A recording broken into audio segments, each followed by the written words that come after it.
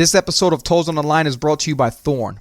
Thorne has the most extensive line of NSF certified for sport products. To receive 20% off any Thorne product, simply go to my website, CoachGioGrassi.com, and become a subscriber.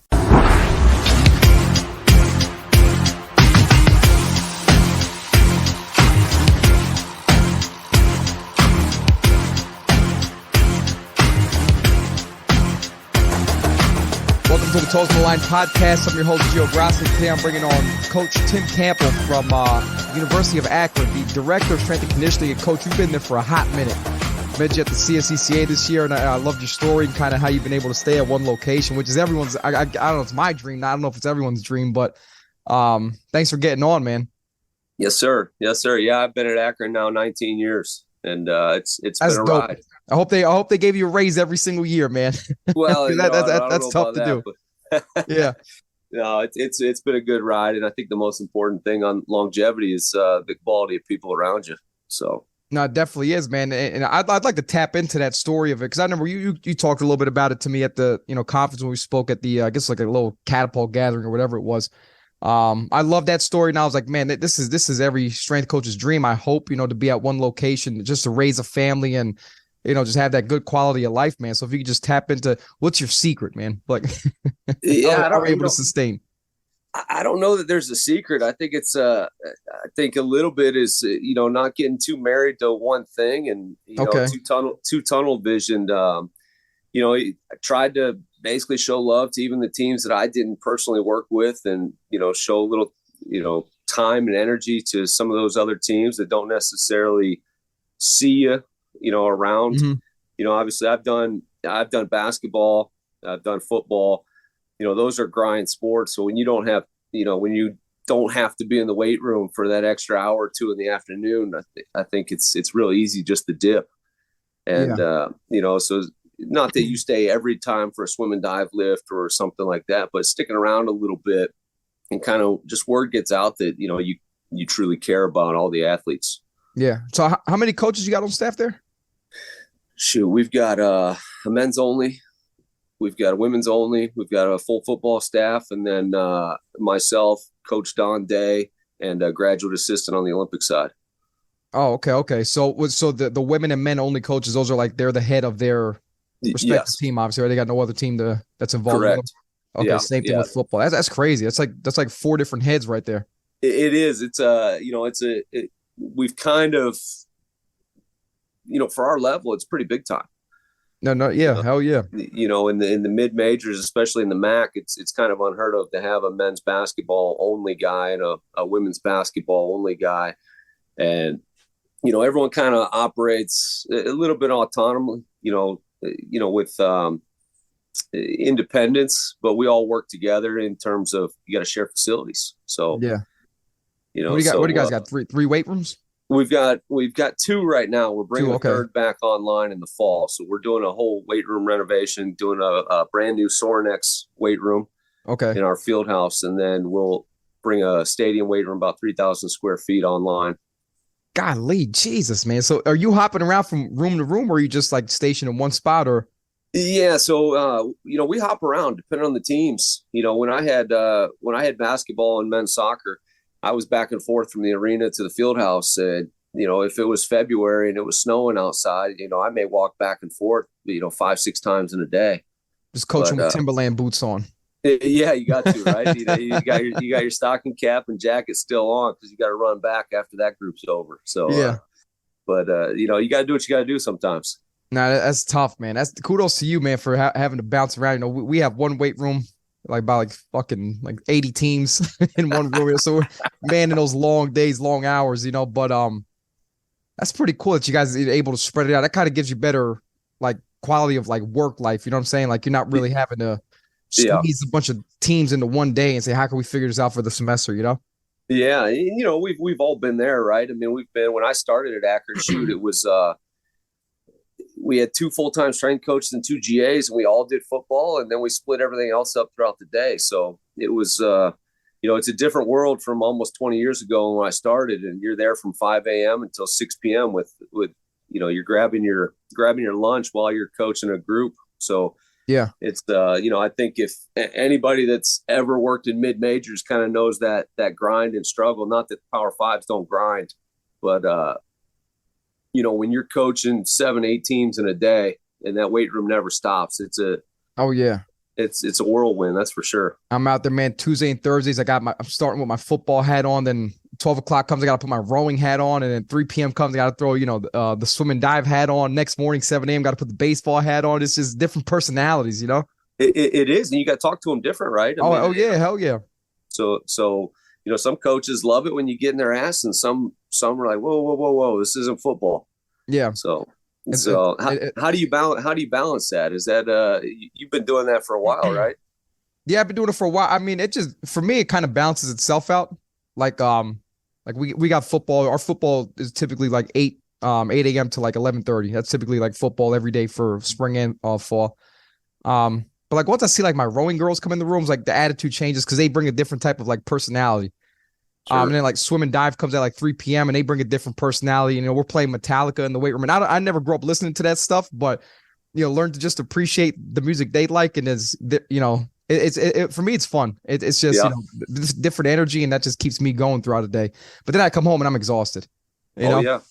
So now are you I think we talked a little bit. You said you're a soccer lover, right? You're a big soccer buff. I love soccer, man. I never coached a soccer team a day in my life. That's the crazy dynamic. Yeah, but sometimes that contrast is good though, right? You spend all that time with football and then you get to decompress, I guess so. watching something different. Yeah, I mean, like I played football in high school and college. Soccer, obviously I think everyone kind of plays soccer as a kid, but soccer's in my blood, so I love soccer. I'll still watch it every time I get a chance to. But yeah, it's funny because I'll tell our director Tim Ream here. I'm like, Tim, let's trade a team, man. Give me soccer. I'll give you one of my teams. He's like, no. He loves working with his soccer guys, and I get it. But everywhere I've been, Fairleigh Dickinson, Fordham University, I'd never had the opportunity to work with a soccer club. So, whatever. Yeah. One day, hopefully one day. There you go. So now, who do you work with there? You work with soccer and? I currently work with men's soccer and softball right now. And softball, okay. Yeah. So, I mean, that's smooth, man. 2 teams, you get to focus on, those kids a lot more, be a little more into the details. Yeah. Like I said, it was, it was an adjustment and very refreshing this first year doing that. Men's basketball in Division I, that's a grind, right? It never ends. Yeah. I got offered basketball at Fordham one time when they made me full time, and I said, hell no. If I'm working 7 days a week from October till whenever, hell no. Yeah, it's a different beast. So, for 15 years, I did men's basketball and soccer. And, like you said, 7 days a week. And I would start August 1st with men's soccer in camp. And then we would go, hopefully we're making a postseason run in basketball. So you're going till middle to late March. Yeah. So, it was a little refreshing this first year without it. Don't get me wrong. There were pieces I missed. But, but you get to go work with some of the athletes you haven't worked with in years, some of the other sports. And it's very refreshing to take a deep breath and just coach different athletes. Yeah. So you started back, when did you start at Akron? I started in 2005. Okay. And you worked with football then? I worked with football then. Yeah. I just want our listeners to hear like your dynamic change from like then working with football and then, other teams and then working to where you're at now with just 2 teams and, how you've been able to just maneuver. So it was kind of crazy. And if you would ask me when I was 25 years old, if you'd think I'd be working with soccer and softball, I said, you're nuts. Yeah. And, I played football and, football runs in my blood, but, I started as a football guy. I got men's soccer when I was a GA and everyone in the room laughed because they said, Tim, you got men's soccer. Everybody laughed. I thought, what's the joke? Right. And, back then they didn't lift weights. And so you'd say, well, hey, team lift is at 10 a.m. You get one guy roll in and he's like, no, I just want to shake. I'm out. Yeah. quick little body squat. Yeah. And then these guys just didn't, trying to get that on board. But I was men's soccer and football. And then I got hired on full time after less than a year as a GA. So then I had, I picked up volleyball and another sport after being full time.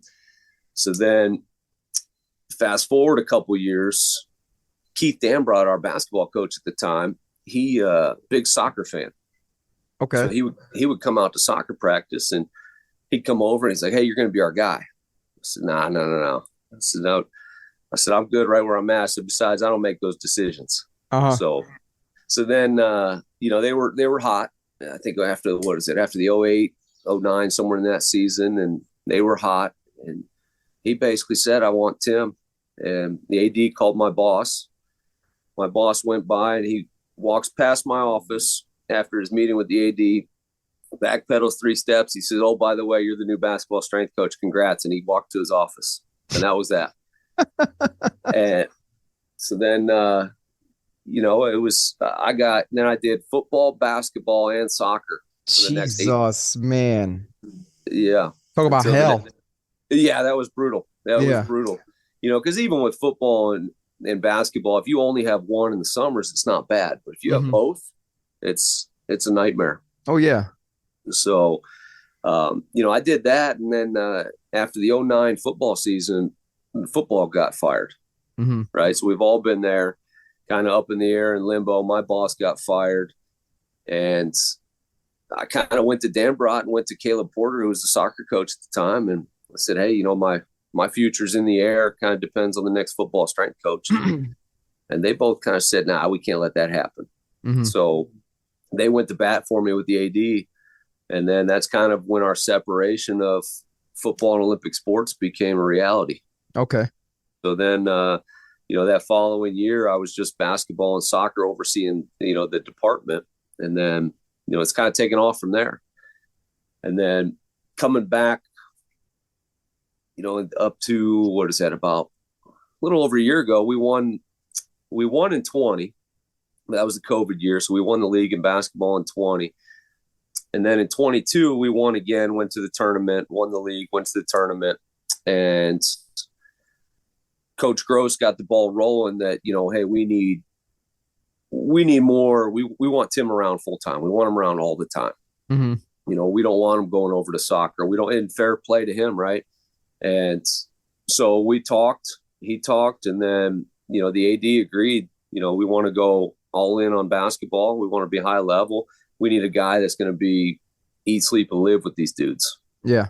So, you do it for men's basketball, you do it for women's basketball. It's kind of how we landed where we're at right now. Okay. So, jeez, man.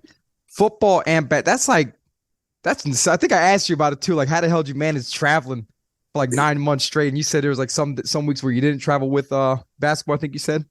Yeah. So there were times, depending on, I would always drive day of the game. So, for example, let's say basketball played Tuesday night at Bowling Green. Mm-hmm. I would train my teams in the mornings. Monday typical, I wouldn't get on the bus with basketball. I would train my teams on Tuesday. And then the second my teams were over, I'd hop in a car and drive to Bowling Green. That's crazy. They comped you for gas, I hope. Well, I take the company car, but that's what you got to do.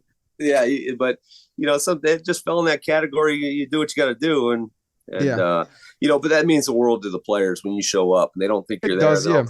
Yeah. So I think, and then all of a sudden you come walking down the hallway for pregame warmups, and they're kind of excited to see that. So so it's worth it. It was worth it. It was a grind. Adds more energy to what they're already going through, No doubt. Yeah, hell yeah. Yeah. Now you got kids of your own, right? I do. I got 3 boys. So a lot of testosterone in that house, man. God bless your wife, man. But like, how was that dynamic? Like, just raising a family and then doing all that stuff. If that was going on around the same time. Yeah, it was tough, and and it's not unique to my situation. There's coaches all over the country doing the same thing, but it was tough. I'd have to call friends or other parents and say, "Hey, can you get my kid to the game, or can you bring him home from the wrestling tournament?" Things like that. So kind of had to lean on some people, and and it was hard sitting in a hotel room on a Friday or Saturday night, flipping through the TV in your hotel, knowing your kid's playing a game that you can't watch. Right. So that's what this past year was really refreshing to me. I didn't miss a single wrestling match. That's good. There you go. Yeah. So you talk about what's the flip side to it, because there's a lot of people out there that hang their hat on either being a football guy or being a men's basketball guy. And, that's their stamp of honor. Yeah. And, and fair play to them. There's nothing wrong with that. But, I got to experience the other side of it this past year, and I'll tell you what, I enjoyed every second of it. They just live. All three of them wrestle? Two of them. One's a hooper. Oh, snap. Okay. How old? Yeah. 11, 7, and 5. So they're still little. All right. So, yeah, the 11-year-old's kind of like almost in his own. He's almost going on 21. Yeah. Yeah. He's a shithead, to say the least. Yeah. He's almost 12 going on 21. He knows the shit already, right? That's right. He's got the answers. There's no doubt there. And if he doesn't, Google does, right? Yeah. It's him or Google, never dad's word. That's correct. He's like, well, I saw it on YouTube, so it must be true. No snap, man. I beat my kid's ass. They tried that. No doubt. No doubt. Do you have kids? I don't. I got one on the way. Do you? Congrats, man. Yeah, That's man. awesome. A girl, man. God help me. Oh, boy. God help me, man. So, this ain't good for me later on in life because I'm already a hothead and I already know when shit hits the fan at that point, God bless me. But, yeah. But that's awesome. But that's cool. You get to spend more family time. How's let's talk about soccer, man. I love soccer, man. I could talk about soccer. I don't know if you watch soccer, Italian soccer. Yeah, I don't watch a whole lot of European soccer. I watch the MLS because our dudes. Right, you said your guys are in there. Yeah, I remember you saying that. Yeah. Okay. I don't watch a whole lot of international. I'm a big AC Milan fan, and these American owners are buying these clubs. They just fired their director of sport, Paolo Maldini, who was like the god in Milan. Like he was a great former player. He's probably one of the best defenders of all time. That's like big news right now to me. But aside from that stuff, man, let's talk training, man. Like, what are some things you do with your soccer guys? Now, forgive me, men and women, or you just coach the men? Just the men. Okay. Just the men. So we don't do anything earth shattering. I've had hundreds of conversations over the years, right? What do you do different? What do you do? And I'm always looking for that formula myself. And to me, it always comes down to in the weight room. Very simple. I want their legs strong but not fatigued. So very basic stuff. We trap bar deadlift, we lunge, we do step ups, we squat in the off season. So I'm a pull it, press it, squat it guy, and that kind of applies to anybody I'm coaching. So the soccer guys, there are we get the international guys that kind of look at me sideways and say, well, you want me to put a bar on my back? Yeah. And but it's injury prevention, right? So I'm not trying to train weightlifters. So, right. And then, our role for the most part almost becomes keep them playing, keep them on the field, not necessarily all return to play type stuff, but we do a ton of field work with the guys, whether it's our, pre-practice activation with the bands, the dynamic warm-ups, are we going to sprint today? Are we doing fitness at the end today? What's it look like? And, what are the lifts? How do they mix with training? And I got a tight relationship with Jared Embick. I think he's one of the best in the business. So, and he's very intuitive, listens to the data, listens to the professionals. So, he's, I've met the coaches that either you can play or you can't play. If you can't play, you're with the trainer. And if you can, then you're with us. And he's very in tune of, okay, can he do this, and this drill? We'll just pull him, when it's time to scrimmage at the end. So, but again, nothing earth shattering. We use the catapult system. We track them. Okay. And we try to be, and I say try, right? Because we all lose our shit every now and again. Yeah. Right. Guys piss you off and they look like they're loafing. And, so you lose your mind and you just become like it's 1985 again. And you just keep blowing the whistle. Yeah. But again, nothing crazy, but we've got good dudes. I mean, I've been blessed to be surrounded by some world-class soccer players. So, I feel like I could do CrossFit, I could do 5-3-1, I could run conjugate, I can run anything, and they're going to go out and play well. So I can, it's one of those that the relationship and get them to work for you. No doubt. Yeah, no doubt. And it's funny you say that with the international guys, because I was going to ask you, my next question was, like you hear about like all this stuff in American sports is all about the weight room, get in the weight room, gotta lift heavy, right? That's just like the American they call it the Western mentality, right? Then you hear about these kids in like Brazil. They're not touching weights, they're just out there touching the ball every single day, right? Moving, how do they finesse with the ball? Kids in Europe, Africa, that part of the world, Middle East. And then they come to America and they're like, put this bar on my back and do Yeah. what with it? Right? It's like, whoa, Right. relax, kid. Just Yeah. But do you think there's a flaw in like the American? Because there's always a conversation. How does American soccer catch up to the world if our sports are already advanced? Like, Yeah. do you think there's a flaw in like the approach to soccer in America versus like Europe or Brazil, or do you think that we're just so far behind in the sport and these guys had the huge head start? Yeah. I think for the most part, it's a little of both. We're behind because we have sports that got more popular through TV deals and whatnot. Than Okay. So our best athletes don't play soccer. Gotcha. Okay. So that's my personal opinion. So I feel, other countries in the world, right? I mean, it's the world sport. So Mm-hmm. I think, you go to those other countries, you go overseas, soccer reigns king. Right. That's their NFL. Yeah, that's they live for game day. They live for that match day. I mean, those pubs are overflowing, and it's nuts over there. And I think we're getting there. I think we're starting to turn a corner. I really do. I mean, you see the MLS stadiums are They're packed now. They're packed. Yeah. And I think we're going to start keeping some of the Americans here because we're paying better.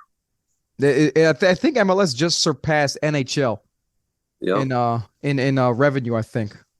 Yeah, so I do. I think we're turning the corner. I think the NFL, all that concussion blah. I'm not getting into that. Whether you buy into it or whether I think there are parents out there. I mean, we've got a goalkeeper on our roster, and he looks like he's from Nebraska. He looks like a tight end. He looks like an NFL. He looks like an NFL tight end. I always tell him, like, how did you come from Nebraska? Yeah. And you play soccer. How are you not a Cornhusker? That's what I'm saying. That's football country, Nebraska. And he's built like it. If you looked at it, you're like, man, you're playing on the wrong team. Farm boy. Yeah, and he's but he's an unbelievable talent. He's good as they come in between the posts. So good for him, man. Yeah, no doubt. So it's out there, he probably got ridiculed a little bit because of his size and his athleticism. I mean, he's fast and athletic. You watch him run, you're like, holy shit. Yeah. You don't like playing striker or center back? Yeah, I know. We could use some of that size and aggression, but he's legit. He's legit for us. So he'll be in the league. Okay.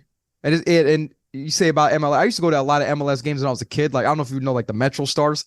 Mm-hmm. Like I say New York Metro Stars, people are like, dang, that's way because Coach, how old are you, man? Yeah, I'm 36, right. Relax, dude. But I used to root for the Metro Stars. Then, MLS, they grow, whatever. They became the Red Bull. It's the only former inaugural MLS team that never won a title. So I'm like, screw the MLS. But now I'm watching like Atlanta play. I'm watching Seattle play, the Salt Lake City team play. Dude, those stadiums are sold out. They are. And I see the highlights, and I'm trying to watch some games. I think they got the U.S. Champions League now with like the surrounding countries. I think like some of those like countries around Mexico, they're doing like the North America Champions League. It's good soccer. Oh yeah, it's gotten better. So I know what you're saying when you're saying, yeah, we're getting there. I think it's gotten better. I think we need to start calling up like Real Madrid, say, let's go, bring your best 11. We got our best 11, and see what we got, right? And I think that's when you can start going toe to toe on some of those, because don't they do the All-Star game? Don't they? They play. I think they play some club in. They might be playing Man City this year. That's not even fair, man. Right, but if we can start going toe to toe with some of these, some of these clubs, then maybe we'll get a little respect. But no doubt. So, but I do think that we got better athletes in the club systems these days. Guys that would have played football and or basketball are now leaning towards playing soccer when they're young. So. Yeah.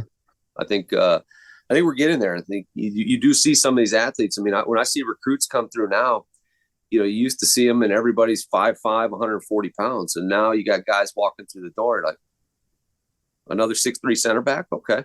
Yeah. Oh yeah. We'll take those guys. Yeah, no doubt. And let's keep them home too. Let's keep them in the U.S. and keep developing them. Yeah. That's good stuff. Hey, now, This is trivia right here, man. This is some fun stuff right here. I got to ask you this. Oh boy! Right now, obviously soccer. You've been coaching the sport for a long time now. If you were to pick best players from NFL, NBA, MLB, MLS, right? Combine all the sports you can. Pick your starting 11 right now on the pitch. Who you putting out there at goalkeeper? Who you getting out there at striker? Oh, come on. You're going to do that to me? I got to put you on the spot right now. And listen, look, the guys you coached, you love them, you respect them, but let's talk like who's your top 11 guys? Like, man, like where you put Tyreek Hill on the soccer field? I'm putting Tyreek Hill on the wing, and I'm letting him go. He's flying, huh? I'm let him run, let him cut it in, and nobody's catching him. Nah, hell no. If you just play ahead of him and teach him how to kick a ball one time hard. So, but that's a little bit of American soccer, right? Kick ball a little bit. Shoot. Let's see. Who's your goalkeeper? We're probably picking NFL guys here. Man, I might go DK Metcalf and snap. Okay. I might go size and athleticism and cover some ground. He's just got to work in a box. He's big, he's strong, he's athletic. Yeah. Quick too for his size. He's quick. So, I think his reaction time would be good. I'd go him. Now, I might go our center backs. I might go a LeBron and got to go like 6'8" and athletic, right? So yeah, give me another 6'8" athletic dude. Kevin Durant, I don't know. No, he get pushed around. The wind blows a little too hard. So, I don't even know who the hell 6'8". Oh shoot! You gotta give me somebody. You gotta give me somebody physical back there that nobody wants any part of. So, maybe even you just put Brian Urlacher back. You got to put him at D mid, right? Oh yeah, he probably the defensive mid. Yeah. Oh yeah, he just bully people around before you try to get to that back line. That's right. Let's see. I don't know hockey, so I can't give you a hockey guy. But some of those goons in hockey, though, those guys are nuts. Yeah. So I couldn't name one hockey player right now. I used to be a huge NHL fan back in the day. Now it's like so far faded and removed. Yeah. I'm putting a wrestler in midfield somewhere though. I'm putting somebody with some crazy toughness that just refuses to lose a ball. Like a Brock Lesnar? We go Brock Lesnar, you go Spencer Lee, right? Somebody that battles through ACL stuff. Are you talking like, okay, I thought you were talking WWE wrestling. Brock Lesnar was a national champion. He was a national champion. Yeah, hell yeah. Yeah. So, those guys are on a whole nother level of nuts. Yeah. So you put one of those guys in the midfield there. And then you're probably going DBs and wide receivers on the wing and forward. Okay, who would be like your striker, your number 9? This guy's going to bury 30 goals a year for us. Man, those guys are always cocky, and so you got to go. You got to go with like a Beckham type guy. Okay, maybe not. I don't know. Who are you thinking? Are you saying cocky type of guy? I'm probably saying Jimmy Butler. Jimmy Butler on the Heat. He's got some personality. Or you talking, top corner, Jalen Ramsey. But I don't know if he's too. I don't know if he's level. He might be a walking red card, if you know what I'm saying. Well, some of those guys are though, right? And that's what kind of gives them their edge. You're right. Balotelli was a walking red card for the Italian national team. Yeah, but that's what gives them their edge, right? Like they're going to either break a game open or lose it for you. One of the two. I would have said. I'm surprised you said LeBron for center back. I would have said LeBron right up in the front. He's like my Zlatan. He's too big, too physical. He's winning every header up front, but. I see what you're saying. If you put him in the back, you're not winning the aerial game on him. Every corner kick is out. He's not afraid to play defense when it matters. Yeah. Maybe Russell Westbrook in the front. You can go Westbrook in the front. Let's see who else. You could even go McCaffrey. Christian McCaffrey. Yeah. He's got a little. He's got some nuts to him. Get him up there. He got a little bit of height too. I think he's like 6'1". Yeah, on paper. Yeah, he's got some wheels, so you can go get it. Here it is. You got Tyreek Hill running down the side. Just feed him. That's nasty. That's a nasty hit. Imagine that McCaffrey in soccer, Tyreek Hill, and all those guys, man. Well, that's what I was saying. If you get some of our best American athletes to play soccer, then Now, let me throw this name out there because he said he could play soccer. Odell Beckham. And that's who I was thinking about for the strikers. So, you go Beckham at striker, and he'd be a force to reckon with. Yeah. I mean, he's got some attitude to him too, right? So. Oh yeah. And that's what talk about cocky. There you go. That's your guy. You got to have that position, right? You got to feel yourself a little bit. Hell yeah. So, him. Yeah. I remember Steve Nash always said he went out to forget what club he used to practice with. I think the Montreal club in the off season. He was a good soccer player. Where do you think like these guys lose like the interest for soccer as they get older in America? Oh, I think it's when they realize how athletic they are, and people tell them you can make money doing this, or you can make you're not going to make any money on the soccer side. Yeah. And I think also what kills us is soccer's so club oriented. Yeah. Football, you're the stud in high school. You're the guy that walks around. Everybody knows who you are. And you play soccer. Nobody knows who you are in your school. I'm not saying that that's the end all be all, but let's be honest. When you're in high school, you want a little notoriety. Yeah. So I think some of those guys, and basketball is too, right? They got the AAU circuit, but everybody knows who they are. They're in school. They're in this, they're in the school system. Everybody goes and watches the state tournament. Soccer, nobody goes and watches high school soccer. Yeah. They say, when's your club team playing? Right. So I think there's a little disconnect there to where, the means and resources of some people, it's just not in the cards for them to go pay $3,500 to play club soccer. Yeah, no, it is expensive, especially when you figure all these travel teams that literally like get the hell out of state. Like you got these teams out in Kearney, New Jersey, where it's like, that's like a soccer bed in New Jersey, and they're like traveling down to Florida for games, and traveling out to Austin, Texas for games. Ohio's got some great soccer. Yeah, you guys are almost like a mecca. Yeah, we've a ton of our guys are are from here, from Erie, PA. Okay, right here in the greater Northeast Ohio area, we've had a ton of guys that are local dudes that start for us and go on and play. So pretty good hotbed here. Yeah, who they got out there? The Columbus Crew. Columbus Crew. So a lot of those guys will go down there and train down there and be in their club. Okay. So, do they have youth academies? They do. Okay. They do. So I think Columbus. I'm trying to think of what age. I don't know what age. Then there's the Cleveland Internationals. That was a feeder system for us. One of our current assistant coach, Mike Nanchoff, his dad owned the club. Oh, snap. And Mike was a heck of a player for us, won a national title for us in 2010, and had a 8 or 10 year pro career. And he's been with us now for 4 seasons. Where'd he play? He played MLS? He got drafted at Vancouver, then played Portland, played for the Timbers, and then finished his career with Tampa Bay Rowdies. He went to because I think the Timbers won the MLS a couple years ago. Timbers won too. Yeah. He was on that squad, or was he there? Or was he? It's a great question. If he was there, I'm trying to think of what year he was there. I want to say he was not, but I could be wrong. Okay. I could be wrong. I know he was in Vancouver. He was drafted in Vancouver there for a little while, hot minute in Portland, and then to the Rowdies. So I'm not 100% sure if he was there the year that they won.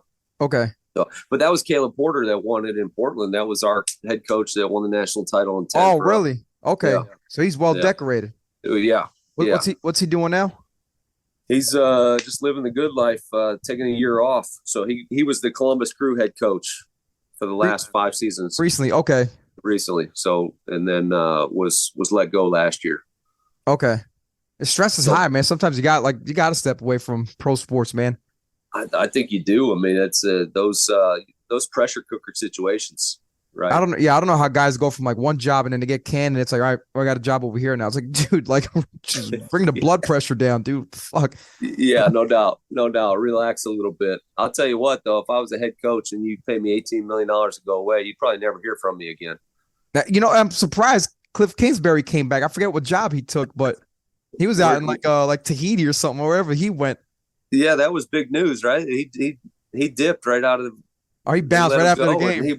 he was gone. He said, "I'll see you." I would have did the same thing, bro. Just make sure my I always love that story. I don't even know if it's true or not, but with Ed Orgeron at LSU, and they Uh-huh. said, hey, we're gonna let you go, but this is how much we owe you, so we're gonna cut you a check for this. He said, okay, which door do you want me to leave out of? Right, right, exactly. So, Walk out I here don't know if that blindfolded story. if you want me to. Yeah, I don't know if it's true or not, but that's a heck of a story because most people get hurt, but you're being handed millions of dollars to go away.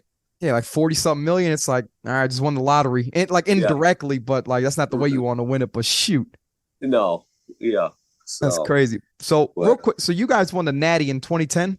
yes. That's pretty dope, man. I want to hear about this story, man. Like how was your start of the year, summertime, and then building up into that, that whole like roll into the playoffs and Yeah, man, you talk about probably one of the most high level teams I've ever been around my entire career. We lost in the national championship in '09 in PKs, which is a heartbreaker, oh my right? God, yeah. So we were in Cary, North Carolina in '09 and we lost. Mm-hmm. And in 2010, it was basically the whole nucleus of that team coming back.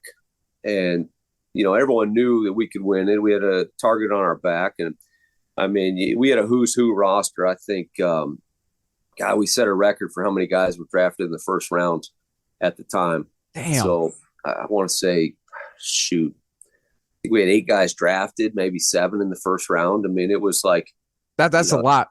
First pick after second pick. It just kept going and going and going. I mean, that's more than what Georgia or Alabama do in football. Yeah. And it was I mean, that just goes to show you the caliber of player. So again, when I say like I could have done, we could have just done stand on a Bosu ball and touch our nose in the dark, and we'd have gotten better with that group of guys. And so it's nothing that any of us did. Caleb just put the right group of dudes together, and those guys were so thick. And you talk about team camaraderie. I mean, they all knew each other. They all kind of recruited each other. Okay. You talk about the run. We lost. Maybe we started sniffing ourselves a little bit. We lost at Cleveland State to, I don't even know what Cleveland State's record is, but you would have thought the world ended and we were all being executed after it. And it was a dire situation. And we were undefeated. We were undefeated, and we lose to Cleveland State. You'd have thought the world ended. That's the big rival right there. No, not at all. Okay. Which is also why, because it was kind of like one of those ho-hum games. Okay. Like nobody got up for, nobody really wanted to be there. Gotcha. Okay. Thought you're gonna walk from real quick. Yeah, and and those are the ones that bite you in the ass, right? Yeah. And so and they did. They bit us in the ass, and we lost. And man, I couldn't tell you how long that post game powwow, once the bus rolled in, it was straight to the locker room for hours on end, and it was basically where are we at? Yeah, what are we gonna do? And I'll tell you what, we skated through. I think we went through easier in '09 in the tournament to get the national title game. But in 10, there was just something about that team. Like they just refused to lose type. Scotty Caldwell, who's a New England Revolution guy, put one in the back of the net for us. And I mean, you talk about a guy that came in and unbelievable player, but his development over the years was just spectacular. For him to score a goal to win a national title was unreal. And for Akron, we're a mid-major school. We hadn't really done anything, in terms of we've never won a team national title before. So that was the first one. That's our first and only. Oh my goodness. That was our first and only. Now we were in the title game in 18 again. We've been to the College Cup, 15, 17, 18. 3 out of 5 years. Yeah, so 15, 17, 18. We were in the title game against Maryland in 18. So ultimately lost that one. But that's our only national title ever, any team sport national title we've ever had. Nice. Yeah. And you're a big part of that. Well, I don't know about big part, but you're a big part of it, man. You got to pat yourself on the back, man. Yeah, I mean it was fun, and And I'll tell you what, like these guys, they're so high level, they're so fun to work with that, you tell them something, they get it. Don't get me wrong, you get a knucklehead, you get guys having a bad day, but so they're not, but at the end of the day, they're fun to work with. Yeah, that's awesome. I mean, for a school like Akron, you're a mid-major. Then you got schools like Ohio State. Who else is out there? Cincinnati, bigger programs. Yeah. Obviously, with the money that they get, and then you guys are just out there, in the mix, in the thick of things, and then last couple of national titles. That's pretty great to just kind of stand out, from the rest of the guys around you. Yeah, and I think I think nationally it's kind of known now. I think we got a little bit of buzz going. Caleb Porter got it going. Jared's continued it and/or taking it to the next level. So it's I've been very fortunate to work with those two guys who are unbelievable. Yeah, and it's the one sport you've been working with your whole career there, right? Yeah, Soccer? I've been with them. They're the only sport I've been with the entire time. That's funny. So they went from like a laughing stock type of deal when guys laughed at you for getting them to, hey, now we won a national title. Now we're consistently producing, championship caliber soccer. Yeah. Now they weren't, when I took them over, they were still good. They were a Sweet 16 team. They were. They just weren't like a weight room team. They just were not a weight room team. Gotcha. Okay. So they just in terms of, the strength conditioning team, we never saw them. Gotcha. Okay, but my apologies. I didn't mean laughing stock. I thought when you said earlier there was like, oh, hey, you got to coach the soccer team. It's like no. Actually, the coach that left, Ken Lola, he actually went on to Louisville. Okay. So and we've beaten them in the tournament a couple of times since he's been there. Since he's been at Louisville, so it's kind of nice to, when guys move on to bigger, better schools that supposedly have more resources, and then we're still right there. Punch right in the mouth. That's it. That's it. That's where you got to have a chip on your shoulder, right? You got to have a little attitude to, and fuck these guys. I don't care what the logo on your shirt is. Yeah. And that's why I love coaching at this level. It's like, hey, you're always gonna have that chip. Let's roll with it, man. Let's roll with it, because at the end of the day, a fight's a fight, and it's anybody can go down.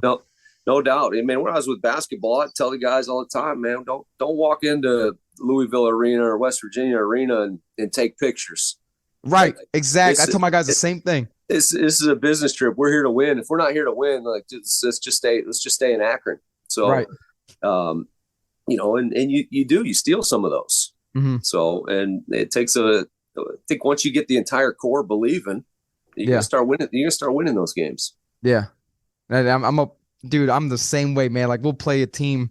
Like, when I first got to Monmouth, we went out to Middle Tennessee. It's not a huge school, but they were at a level above, and guys are all, Instagram video in the stadium. It's like, dude, you a fan or you the man right now? Which one are you?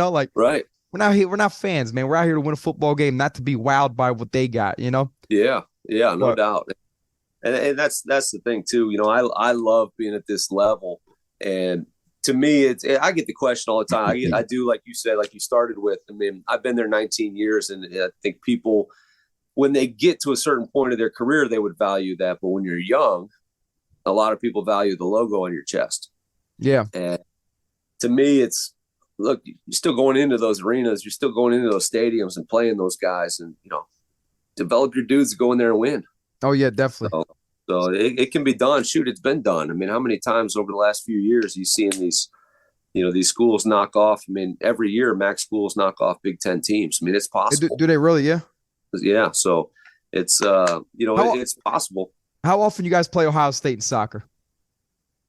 Shoot, almost every year. But do you every year? Yeah. Is it like a battle of the Titans? Like, hey, we're out for blood, man. Like. Oh yeah, we're good. The yellow cards are coming out today, ref. It does. It gets nasty.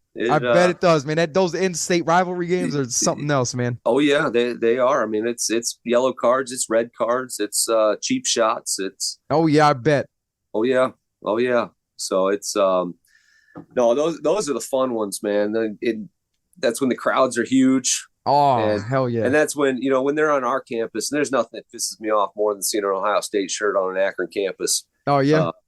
But that's the one day where every Akron student is wearing an Akron shirt.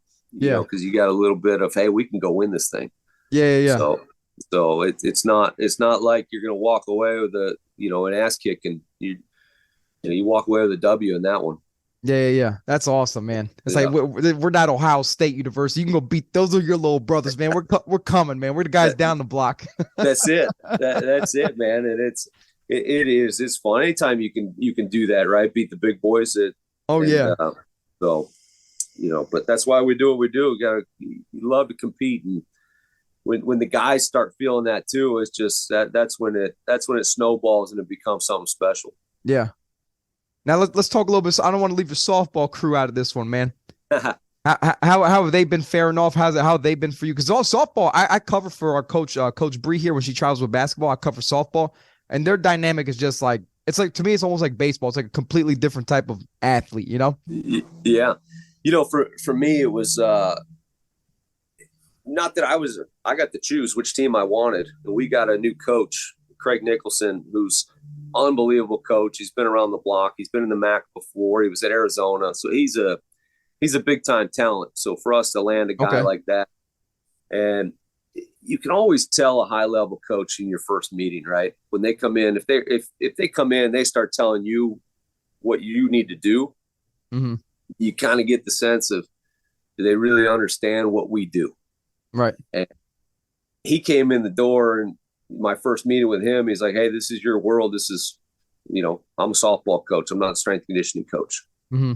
He's like, "Do your thing. What do you need?" His question is, that's it right there. Is what do you need? I'm like, "Oh, this is going to be great." So, those girls, historically, our softball program has not been great. Mm-hmm. And, we had the winningest season this past year that we've had in over 10 years. Okay. Hey, improvement. Yeah. It was massive. I mean, most of the year we're sitting in second and third place in the league. And, in years past, it's never even a discussion about getting to the tournament. So, and this year, you're like, man, we can get there. So, but those girls, they've never, the coaches we've had in the past, and I'm not trying to put anybody down, different philosophies, different people, not big weight room fans. Yeah. And to me, that's one sport that, man, if it screams grip it and rip it, it's softball. Yeah. So, so we got after it, and those girls were hitting PRs going into the last games of the seasons. So, we had a girl pull, what'd she pull? She deadlifted 425, 415 or 425 for a single the 2 days before the last game of the year. Oh shit. That's weight. Yeah. So, you just creating some buy-in too. I mean, it's a trickle down effect, because then her lifting partner's naturally getting better. And then you get the middle of the pack to start kind of gearing towards that group that's getting better. And then even the ones that don't have any interest in it, they're doing more than they would normally do, because now the bulk of them, I'm going to look, I don't want to stand out if I'm over here doing nothing. Exactly. So, yeah. So, a lot to build on. I'm excited about that group. I think they can be really good. No doubt. What are some things you're like working on with them? For them, it's just absolute strength. They were so weak as a group that, and to be honest with you, slow. So, softball's a quick game too. It's very reactive. Yeah. Yeah. So, it's, we want to sprint. We want to be good at sprinting. We want to be good at low rep stuff, but low rep with good tempo. I don't like, again, we're not weightlifters. I don't really care about what your absolute number is, was that number fast and efficient? If you squat at 315, did you labor through it and round your back to get up and do everything you had to get up, or right. could you actually push through the floor and get something out of it? So, and to each his own on their philosophy on that type of tempo stuff. But to me, it was just get them strong. Again, nothing fancy. They were just so weak, and we did so many pulls. We pulled until we puked, and they said, "Coach, what's your obsession with doing inverted rows and peg chins?" I said, "Well, stand up straight and your shoulders roll forward." There's my obsession with it. So, so we're going to do pull-ups until you puke. So, but at the end, I mean, we got two girls now interning with softball or interning with football, in their strength staff, because the football coach are watching these girls do 66 pound. They got 3 22-pound chains around their neck doing a set of 3 peg chins. Oh shit, so, yeah. And the football coach goes, man, who the hell is that girl? What's her major? I said, well, she's an phys major. Think she'd want to intern? I think so. Go talk to her. So, so it definitely, they took notice. Those girls, they work their ass off. There's no doubt. I feel like softball girls, wherever I've been, they're just like gritty as hell in the weight room. Like chalks on. Yeah. You want to talk about a group that just never, I mean, softball in general, right? They're probably one of the craziest parent bases too, right? Like the softball dads are nuts. Are they really? Yeah, they're nuts. And, I've known a couple, and those guys are, you think football dads are bad and basketball dads are bad. These softball dads, are they worse than gymnastic moms? Well, probably not, right? That's a good question. That's a good one. I don't know, man. But these dads, man, it's, get them a hitting coach, get them a fielding coach, get them a strength coach. And, you struck out yesterday. Well, you haven't got, have you got your, you got to go see your strength coach again. Yeah. So there's a deficiency. So you didn't practice hard enough somewhere. And these guys are nuts. And in a great way. It's awesome. And you see it, you're like, man, these guys are fanatics. But it's just waiting for a girl to be like, Dad, let me be a fucking girl, man. Leave me alone, Yeah, no doubt. But I'll talk to you in 15 years and I'll ask you where your daughter's at. She'll probably tell me the same thing. Dad, go fuck yourself, man. Let me be a chick for a little bit, Yeah, no doubt. I think that's what my 11-year-old wants to tell me right now. Yeah. The difference is, if I had a boy, I'd be like, let's go outside, man. We got hands. We can settle this like some grown ass men. With no doubt. I got a wrestling mat in the barn. Let's go. Yeah, there you go. Yeah, put his ass in a chokehold. No doubt. Oh, that's good. That's funny, man. But so what do you got cooking up this summer with your teams, man? Like, what's your main focus this summer with softball, with soccer? So softball is nobody's around in the summer. So all of our local girls graduated. They come back in September. They'll come back late August, September, somewhere in there. So, our focus right now is, look, we made so much progress over the school year, which in softball is such a hard thing to do because you're on the road 4 out of 7 days a week. And sometimes you're on the road 5 out of 7 days a week. Mm-hmm. So, because they play so many double headers and every weekend is games. So it's when can you squeeze them in, but we still made progress. So, our conversation is, and not to get too off topic, but I don't send the workouts in advance. I don't send the whole workout packet. I got away from that a long time ago. Mm-hmm. I like sending it in the group chat to where it creates conversation. Okay. So we got everybody in a chat and open dialogue. Ask questions. This is what I'm looking for. Like right now we're just, I don't want them to sprint. I don't want them to jump. Let's just focus on getting back to our base level of strength in block 1. Okay. And then block 2, we're going to start sprinting a little bit, and then as we transition, start getting towards, the back third of the summer, we'll start getting a little more athletic, but I still try to keep it basic because they're not being coached. Right. I see these programs all the time, and I'm guilty of it myself. So I'm not putting anybody down, to where you get all these complex movements, these advanced periodization methods, and it's all good and great. But at the end of the day, it's an 18, 19, 20-year-old athlete walking into a weight room by themselves. Yeah. Or a commercial gym without certain resources, Right. So, if you're telling them you want them to hang clean or power clean or do those things where you typically drop the bar and you coach them to drop the bar, and that's how they're doing it. They go to a gym, they're not allowed to drop the bar. Yeah. So they're going to try to hold on to it. Well, they don't know how to do that. So then what's going to happen? They're going to get hurt. Yeah. So who's going to spot them on a heavy back squat? And I'm not shying away from most of that stuff, but I take a very basic approach if the athletes aren't in front of me. Mm-hmm. So I'd like them to come back just cock strong and mobile. So we do a lot of mobility. They can sprint. They can certainly sprint on their own. So, we'll go sprint heavy in the back half, and it sled drags in some way, shape, or form. You can always find something, right? Tie a rope from your shed onto a tire or something your dad's got in the shed, and do some sled drags and get some leg strength behind it. Yeah. So, but again, nothing earth shattering. Just trying to get them to not start over. week one of the school semester. Right, 100%. I'm kind of the same way with my approach for like summer training. It's kind of like, hey, here's a program. I don't prescribe percentages or weights because I know they're not going to get done anyway. Just based off my experience in September when we get them back, it's like we're a little bit, 30 pounds weaker than where we should be. But yeah, A series, B series, and then C series, just tricep extension, leg curl machine. Like I know there's leg curl machines everywhere. But yeah, I'll keep it as basic as like my A series would be like a dumbbell bench. That's it. Boom, nothing with it. B series would be like two things, a lat pull down, whatever, something else. And C is like extension curl. And then the kid texts me, hey, can I do more? I said, do what you want. Just do what I told you to do. Yep. Because that's all I'm telling you to do. And then whatever you want to add to it, go right ahead. It's your world, Yeah. Yeah. There's no doubt. I think simple is better. And again, I'm guilty of, man, we're going to leave. We're in such a good spot right now. This is where I want to be in the fall. Well, that's not realistic. Yeah. So, you know how that goes. So, I'd rather give them something that I know that they're more likely to do because, even with my own personal workouts, if I'm thinking I got to go in, I'm going to deadlift for this today. And I walk in the gym, I do my first warm-up set. I feel like shit. Well, that's right out the window. So, right. If they go in, they don't feel like doing it, they're just going to scrap the whole thing.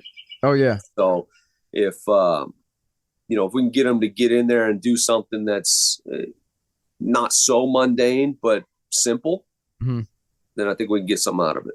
That's good. I might do that. That keep open dialogue. Like you said, if a kid doesn't feel like back squat, coach, it didn't feel right today. All right, we'll do rear foot elevated split squat. Some dumbbells or something like that, right? Yeah. There's no doubt. And to that point, I even give them a menu. Our back half of the season, I gave them a menu, and I started doing this years ago with men's basketball, where you get a guy fight you that doesn't want to do a certain lift. Like at the end of the day, what does it matter? It matters him getting on the court and being explosive, right? So, well, here's a menu. You're going to pick one of these power movements. You're going to pick one of these strength movements, and if you do this one, this is your rep scheme. If you do this one, this is your rep scheme. So then they have a little bit of ownership with it. I did that with softball, and I had, I would have 7 girls deadlifting. I'd have 5 girls back squat, and I'd have a bunch doing heavy step ups. And then I'd have some pitchers on the bear squat or on the belt squat machine. So to me, again, if you had asked me 15 years ago, like, hell no, we're going to do this. But right. But now it's like, does it really matter the difference in the scheme of things with 8 games left? I'd rather their legs stay strong for the rest of the year than fight them through, if they're going to half-ass a back squat because I'm mandating that we do a back squat. Yeah. So where if you say, well, hey, I'd rather deadlift. Okay, have at it. They're more likely to do it a little bit more, a little bit harder. A little more efficiency to the workout. Yeah. Or to like the reps, yeah. Yeah. So I think that, by giving them a little bit of ownership, you're still getting what you want. They're still pulling it, pressing, and squatting in some way, shape, or form, but they got their ownership too. So, I had a basketball guy, probably 11 years ago. I couldn't get him to squat 135 to save my life. He just would refuse to do it. He was an unbelievable athlete, cock strong, could jump on a 51-inch box without bending his knees. And it's just one of those guys, right? And one day, we were doing step ups, and all of a sudden, his prescription had, all of a sudden he's got 225 on the bar, and then he's got 275 on the bar, and then he's got 315 on the bar. He goes, Coach, can I go 365? This is a guy I can't get to squat 135. And so to me, it's like, what am I doing fighting this guy on a squat? He plays off one leg anyway. Yeah. And I'm not trying to discount the squat because we squat the shit out of him. But in season, if we want to maintain leg strength or even get a little bit better, then why fight him on it? No doubt. Let him take a little ownership and get better on it. Yeah, a little bit of ownership, a little bit of sense of empowerment. Like, hey, man, coach respects me a little bit. He respects me to do the work and, do it my way. Yeah. That's good stuff right there. Yeah, because I know what you mean. You could be like that North Korean army general where it's like, hey, we're all marching with the right leg forward first. Don't fuck it up. Right. We'll execute you if you do. Right. And we've all been guilty of that, right? Hell yeah. Especially if you came up, like if you've been in this business over 10 years, you came up at least under a mentor or a strength coach that was, I mean, I'll tell you, when I came up, and I love this guy to death. He's still one of my best friends to this day. But even as a staff, we got 4 pairs of shorts and we got 4 polos. They were all exactly the same color. You were allowed to wear a gray hoodie, but you had to have your polo shirt tucked into your athletic shorts, and we were wearing the same, and the whole staff looked exactly the same. Everything's tucked in, and there's no deviation on the workout. You're going to do this, you're going to do it right. Mm-hmm. And so we've all done it. We've all been guilty of it, but it's nowadays it's kind of, even when I talk to him, he's like, man, what were we doing? so it's my boy he finally woke up, right? Yeah. But back then, you're beating your chest like, yeah, let's go. And, but what are you gonna do? Yeah, I mean, listen, it is what it is. I mean, shoot, I gave a guy 10 up downs today because he went the wrong way. He went left instead of right, Well, if you're supposed to go right, go right. Hey, I told him, I said, "Liz, you're gonna run into the next man. I don't need you to run into this guy now. He can't train all summer because you hit him wrong, Yeah, no doubt. That's funny. Hey, but Coach, man, this is a good podcast, man. I love how we, kept good dialogue on just outside the weight room, because I feel like too many times we can get stuck in. Well, back squat is the exercise. That's what won us a national championship. We squatted 1.5 times body weight. Yeah. Good stuff, man. So you're right there. You're so real quick before we get off here. So you're in like the soccer mecca, and like Ohio's huge in wrestling, I believe, right? It is. They're massive in wrestling. Yes. So how's your boys faring off with the competition out there? So I tried to wrestle my senior year and I just couldn't afford like whatever $200 for equipment. But is it like a system of like, hey, you're 7 years old, we're only focusing on this type of stuff before we get into wanting to suplex a guy, or what's the progression? Yeah. So there's definitely a progression, and I'll tell you what, I got more respect for the youth wrestling programs than I do for most youth programs in any other sport. These coaches are no bullshit. It's but they're very empathetic, not sympathetic to the kid, right? Okay. So they're hard nosed. They get after them and they progress them slow. You got to be really good at. Now, I happen to live in one of the best wrestling towns in Ohio. So if you go down the road, and I said one of and not the best, we'd probably get there'd probably be a bar fight at the local bar if I said one of and not the best. So, where's this Campbell guy, right? Yeah, no doubt. They love their wrestling. And so it's, every barn, I live in a country town, and there's barns everywhere, right? And and I'm guilty of it now. I got a barn in my driveway, and I got a wrestling mat in the barn. So hold on. You don't live on a farm, but you have a barn, right? Or do you have a barn? No, I don't. I live next to a farm, but I don't own the farm. No. Okay. So I got 6 acres out in the middle of the woods, right next to a corn farm. So I live in a log cabin right in the middle of the woods. I love it, man. I'm all for the log cabins, man. I love it. Yeah. So. But yeah, the wrestling scene, man, those guys, they do something special with those kids, and it's not dads just going and coaching. These guys are handpicked by the head coach, and our head coach, okay. And he retired a few years ago. There's a new guy in town, but I mean, not in town. He's a legend from here too, but okay. The old coach, he's in the National High School Wrestling Hall of Fame. He's big time guy. The wrestlers from Wadsworth here where I live, they've gone on to Ohio State, Maryland, and big time wrestling schools. So it's the way they operate is high level, and they find ways to keep these kids engaged without killing them. They'll do a camp in a barn on a Saturday night, and then everybody sits around a campfire and roast hot dogs. Like, they have fun with it. So there ain't no fox catchers out there, are they? Well, I don't know. You seen that movie? That's a hell of a movie. That's disturbing. Yes. So if I go to a compound, maybe I'll I don't know. There's no compounds out here, I don't think. Right. I guess if my kid gets that good, we'll find out. Right. So so you got a wrestling. You said you have a mat in your barn. Yeah. So I need to know, is this in-house information that you kick your kid's ass when you feel like it? What do you guys do? Like, what do you train your kids there? Do you hire a coach, or is it just like, hey, let's get in there, let's get some reps in? No, kind of just get in and get some reps in. Let's get some practice.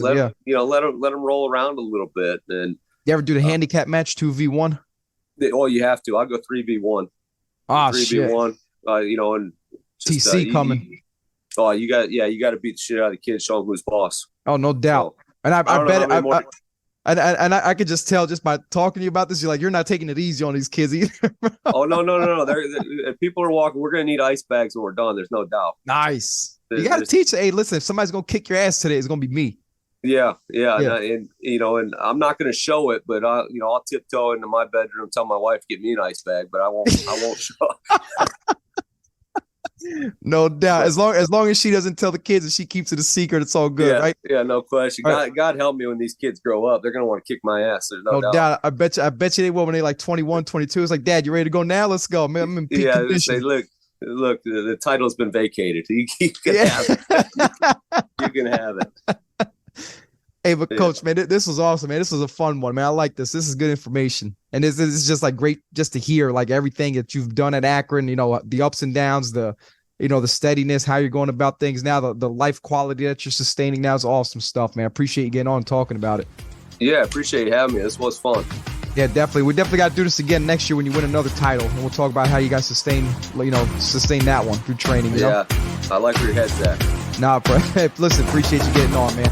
Yeah, I appreciate it. Thank you.